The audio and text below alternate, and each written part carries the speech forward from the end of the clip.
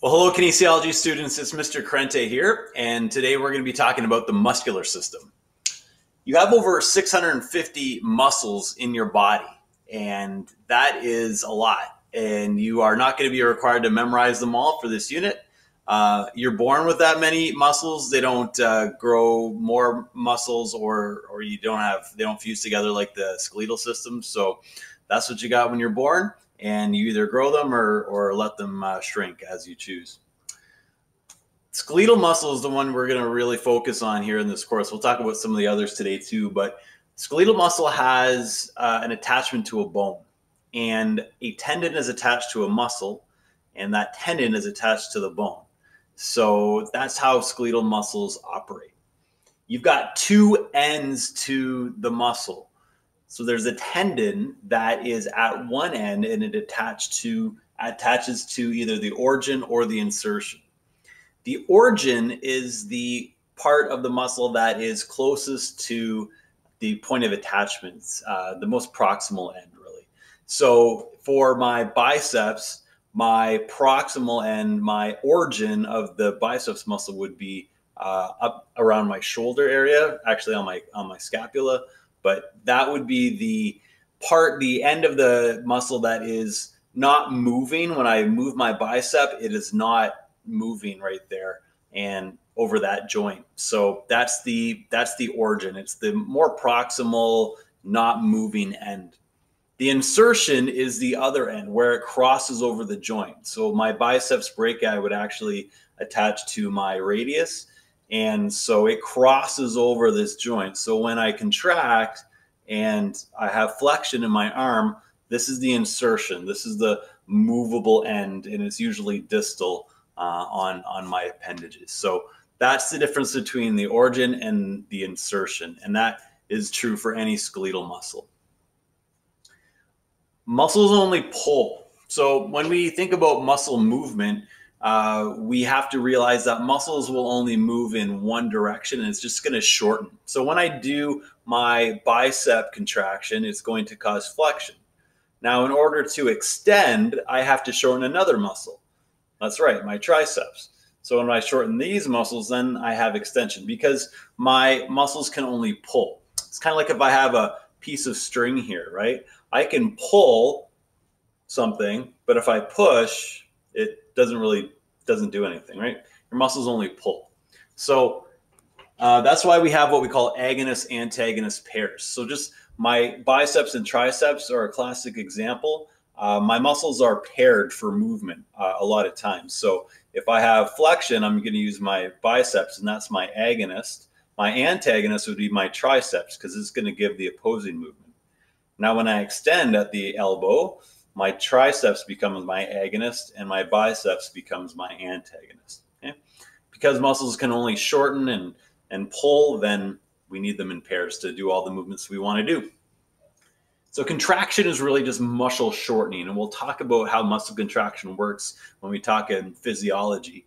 But contraction is just the shortening of the muscle fibers. There's different types of contractions, though. Concentric contraction is when the muscle shortens and the angle of our joint shortens as well, gets less. Really, it happens when my muscle strength is greater than the load that it is using. So if I have a weight here, if I have a load and my muscles are strong enough to overcome the load, then I will have concentric contraction. Okay, and that's what we think of when we think of contraction is really that concentric contraction. Eccentric contraction is a little different. If I have a load that's greater than my muscle strength, when I go to try to pull this up, it's not going to work. It's not going to work. So it lengthens as I contract. So I'm trying to hold it up.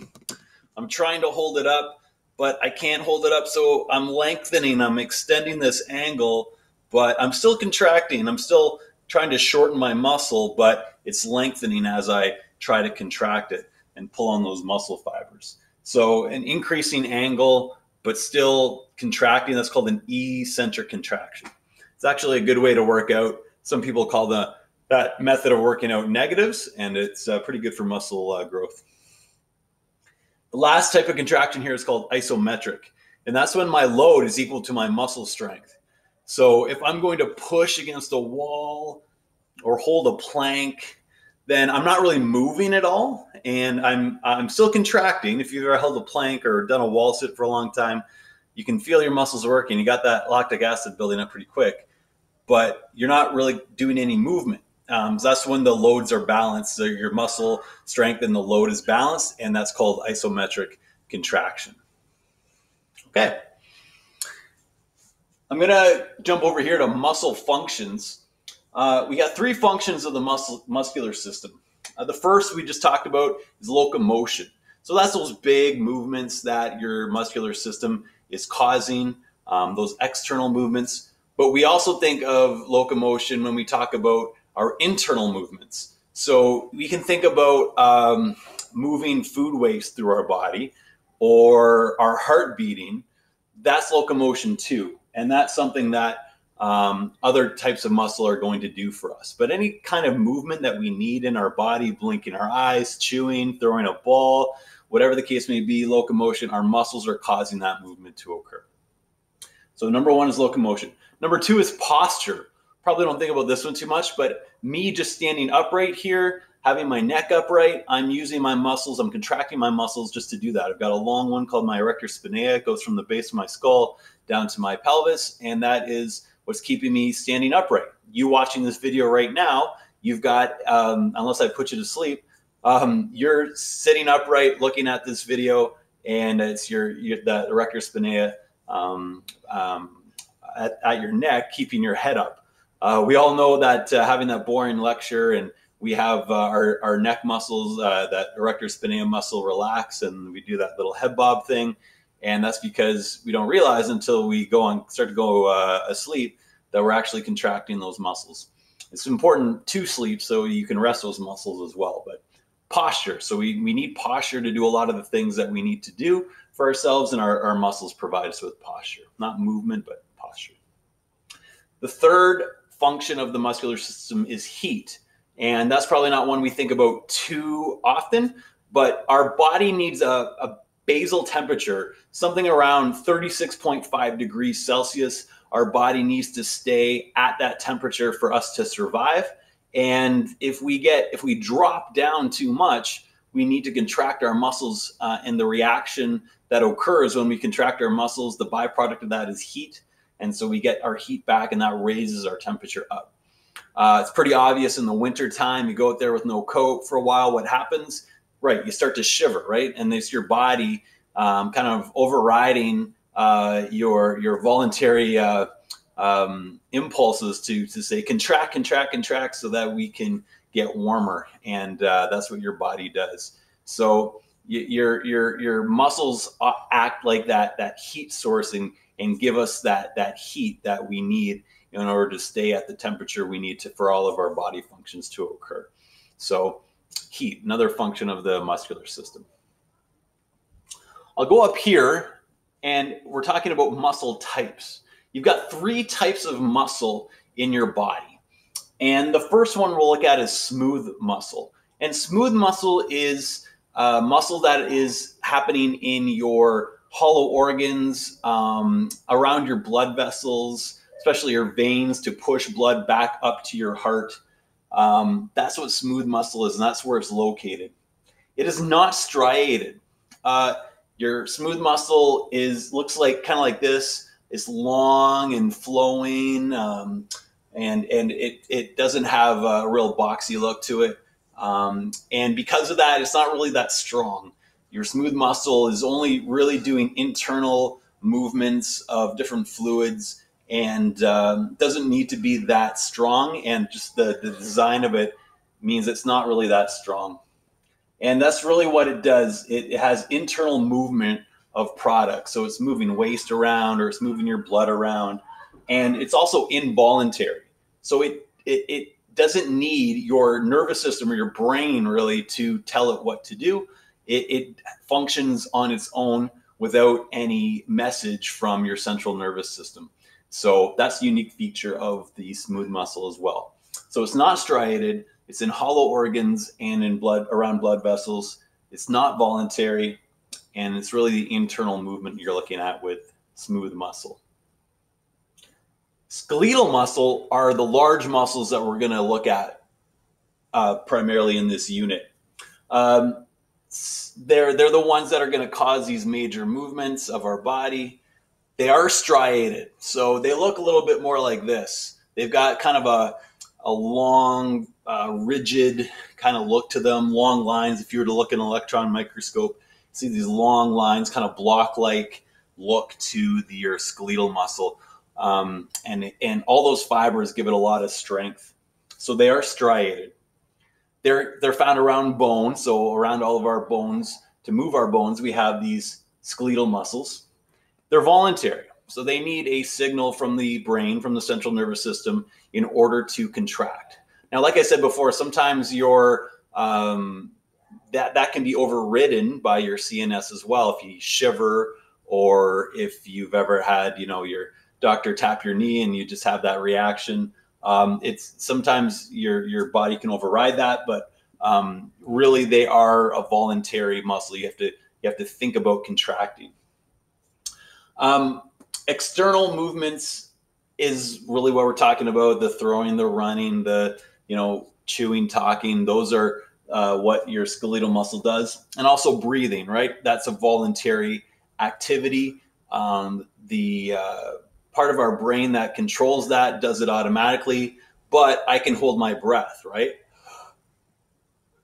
I can voluntarily do that. Now stop your intestines from digesting your food right now. Ready, go. You can't do that. So that's the difference between the voluntary and involuntary. So skeletal muscle is striated, it's around bone, voluntary, and really the external movements and breathing are its main functions. Last type of muscle is cardiac muscle, and it's unique. It's just found in the heart. Okay, it's just found in the heart, and cardiac muscle has the unique property of being striated, but I put a little asterisk there because it looks like it's striated just like skeletal muscle, but what do you notice here? There's little gaps between the different cells of the muscle. So what we're looking at here are what we call gap junctions. So in cardiac muscle, what happens is you've got these different muscle cells here, these long, tough strands of fiber, but there's little gaps between them. And that's because when I have a signal generated in my heart to contract, it goes through all these different tissues and it contracts from here down, and that's what's causing your heart to squeeze and pump with its own internal contraction system. With my skeletal muscle, I've got a nerve, a motor nerve, that's attaching and telling all those cells to contract or not to contract. So that's the difference with the striation here. It is striated, but it's got a unique kind of striation to it, unique to cardiac muscle. Your cardiac muscle is involuntary. Your heart has its own internal contraction system that doesn't need the brain to function. It will contract on its own. There is nervous capacity, so that if I watch a scary movie, my heart beats faster. That does occur, but you stop your heart from beating. Ready, set, go. You can't do that. So it's involuntary. And what's its main function? Obviously, it's heart contraction. It's allowing your heart to contract and push that blood all the way through your body, 72 times a minute, 365 days a year. So really a long-lasting, high-endurance type of muscle tissue. Lastly, we'll look down here at muscle growth. Okay, muscle growth. And muscle is formed pretty much by the 8th week in utero. So muscle is developed in a growing baby. You see by the 8th week of pregnancy, most of the muscles are there. The baby can start to kick and whatnot by about the 17th week or so of pregnancy. So you do feel those movements in utero. And once you're born, you've got all the muscles that you're going to have, and the number of muscle cells you have within those muscles are actually fixed. So the number of muscle cells are actually fixed at birth. So some people are born with more muscle cells. Some people are born with less. Wherever you're at, I'm sorry, that's what you got. But even though you can't really grow more muscle cells, you can increase the size of the muscle cells that you have. And that happens, that's really driven by hormones at puberty. You see, especially testosterone kicking in and growing those muscle cells that you already have larger. And then after that, it's just basically use or not so much use. And so we have two terms for that. One is hypertrophy. So when you hypertrophy your muscles, you are using them in order to grow them. So the more you use, the more load you put on a muscle, the more your body responds and says, hey, this guy's putting more load. We better grow more tissue to meet that demand. And your body will kick in and grow more actin and myosin, more muscle tissue in your muscles as a result of your using it. And increasing loads increases the size of those muscle cells. And it's called hypertrophy. Atrophy is the opposite. It's that sitting disease where you don't use your muscles for a long period of time. And if you don't use it, you lose it with your body. So is there a decrease in the size of your muscle cells when you don't use them? And we call that atrophy. And obviously it happens with sedentary people. It happens when people are injured. If you've ever had a cast or something like that, after you took the cast off, the size of your muscles in that hurt leg or arm was way smaller than the other side. Astronauts in space are mandated to work out 2 hours a day on the International Space Station. Otherwise, they'll experience huge atrophy because of the lack of gravity there. So stay active, stay with your hypertrophy, grow those muscle cells that you have. That's the muscular system. And I hope you guys are using your muscles right now or will be using them soon. And happy studying.